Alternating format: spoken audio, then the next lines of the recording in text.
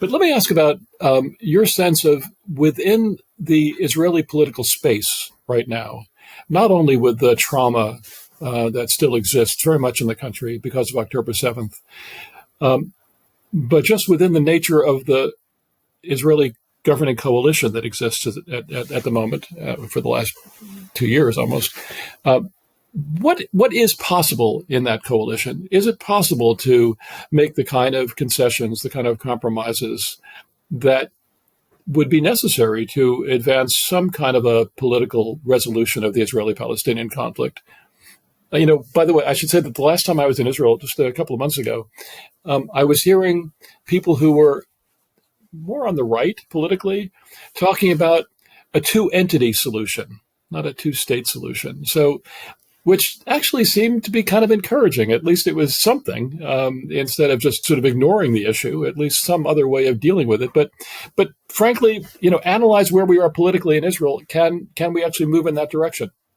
Well, as you said, now that there's at least an acknowledgement of the problem. I remember, again, when I was on the Obama team, flying over to Israel and going to the West Bank and speaking to Israelis and saying, we recognize your problem and we're here with a two-state solution. And the Israelis would say to us, this was in 2013, 2014, what problem?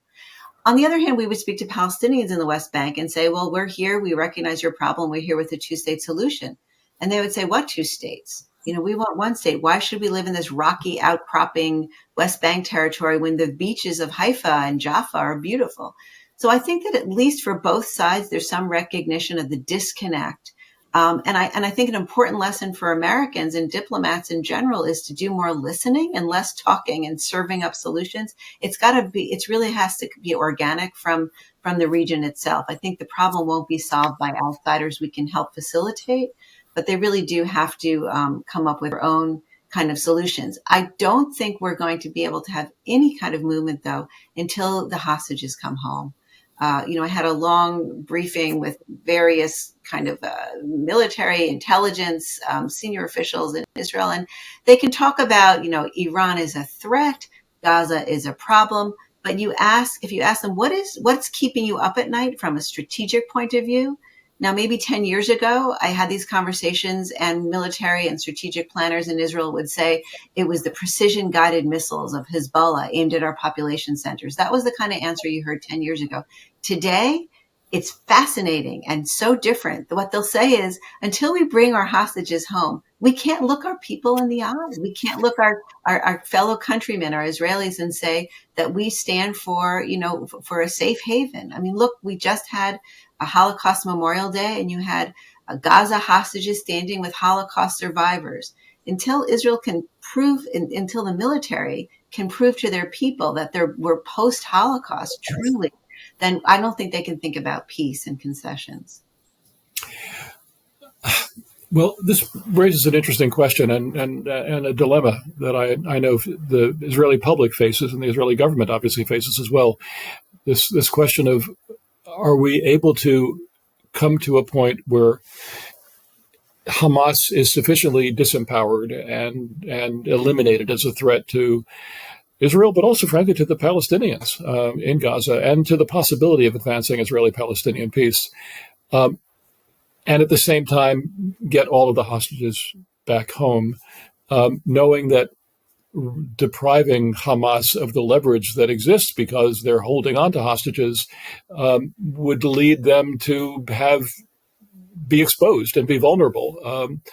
How do you see that resolving? Do you see the release of the hostages as the highest priority for the Israeli government, as it seems to be for the Israeli public at this point? And is there a way? How do you see this moving forward? Because it's obviously stumping Israeli policymakers and people in the Israeli public as well. Right. And look, it's stumping them for a reason, because typically these trade-offs are pain-gain trade-offs in these kinds of negotiations. And at this point, the pain is pain of death for Hamas. They understand that once the hostages are gone, they're dead, literally. And for Netanyahu, the pain of death is death politically. I mean, that's the way it's been framed for over a year now. What I would say is that as we kind of go forward, there is an opportunity, I think, in the next couple of weeks or months. It's a sort of almost a supply-demand issue where the great deal maker, President Trump, has an oversupply of deals, right? The Ukraine deal, no one's buying it. Iran deal, well, we'll see. But the Gaza deal, potentially, if they can come through with that, I think that it's kind of a win-win for everybody. And once that deal is brokered, I think that Israelis will be able to think beyond. And I think that everybody can get on the same page for that. There seems to be just such a groundswell that the Israeli public will be heard.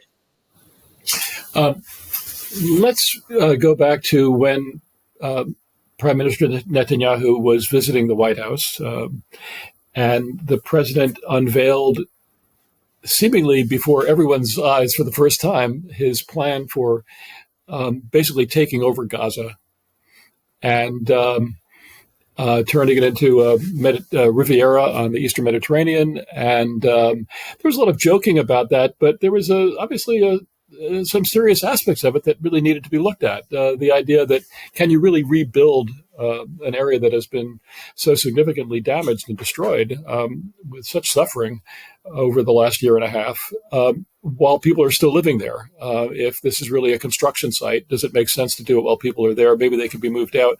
But the president kept on working on this channel, and you could hear it even quite recently, where he's still talking about the possibility of a U.S. role in kind of taking over Gaza. I talked to people in the region about this who were pretty shocked, didn't want to insult the administration, of course. I heard from a foreign minister of a country in the region that this was kind of shock therapy, and it allowed the region to think about other out-of-the-box plans, because clearly what has been tried in the past hasn't really gone anywhere. I saw that you had some interesting comments about this. You said that you were gobsmacked, and it clearly shocked everyone. But the president is still talking about this. Is there any possibility of a future for Gaza in which the United States plays that kind of a role? What do you see as the day after, when we get to a day after, between Israel and Hamas? Well, I think Trump tries out ideas. We all agree that he sort of tosses stuff out there. I don't think he flip-flops. I think it's more like a swimmer who does a flip turn. He hits a wall and he just goes the other direction. So I don't think he's going to pursue that till its logical end, or illogical end, we might say. In fact, watching Netanyahu, although everyone said he was smiling, he was happy, I thought he looked mortified and nervous, because it's not so much what he said in that press conference about Gaza, it's what he didn't say, which is anything about Iran. And again, that is Netanyahu's raison d'etre. That's, Netanyahu, as he said, if we have to fight with our fingernails, he said it a year ago, he said it again on Holocaust Memorial Day today, we will. And I think the problem for Netanyahu under President Biden, Biden might have been tying Israel's hands behind their backs militarily in Gaza. But right now, Trump has sort of tied Netanyahu's tongue because he can't come out publicly and say, you know what, Israel and the United States are not aligned on Iran, which is really the existential threat for Netanyahu. And his only choice is to try to convince Trump in private that he's wrong, and good luck with that. Or to maybe, go the covert route, as Israel has in the past, with assassinations and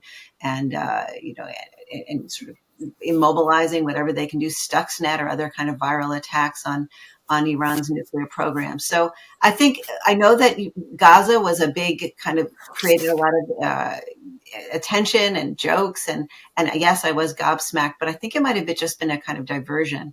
Trump clearly wants to expand his territory, but I don't think he's thinking of Gaza. And I wouldn't be surprised if down the road at some point, I've heard Trump say so many times that Israel is in a bad neighborhood. I'm just wondering when he comes up with the idea of finding a new place for the Jewish state.